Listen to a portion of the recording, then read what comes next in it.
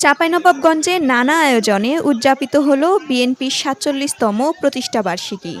রোববার বিকেল ৪টায় পৌরসভা চত্বরে সাংস্কৃতিক আয়োজনের মধ্য দিয়ে দিবসটির কর্মসূচি শুরু হয়।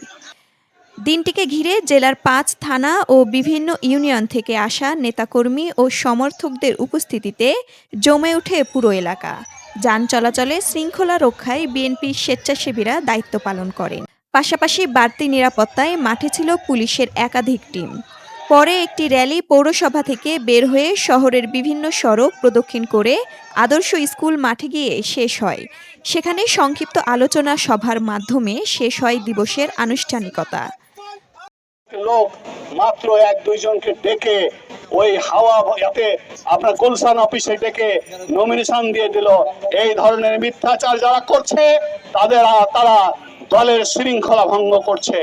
তারেক রহমান দেশে ফিরে আসলে অবশ্যই এদেরকে তারেক রহমানের কাঠগড়ায় দাঁড়াতে হবে। সম্মানিত সুধীমণ্ডলী, আমি আমার বক্তব্য দীর্ঘায়িত না করে শেষ করছি। আলোচনা সভায় উপস্থিত ছিলেন চেম্বার অব কমার্সের উপদেষ্টা আব্দুল ওহিদ, জেলা বিএনপির আহ্বায়ক গোলাম জাকারিয়া, সদর উপজেলা বিএনপির আহ্বায়ক আমিনুল ইসলাম, পৌর বিএনপির সভাপতি কামরুল আরেফিন বুলু সহ বিভিন্ন অঙ্গ ও সহযোগী সংগঠনের নেতৃবৃন্দ। আলোচনা সভায় বক্তারা আগামী দিনে গণতন্ত্র পুনরুদ্ধার আন্দোলনে ঐক্যবদ্ধ থাকার আহ্বান জানান।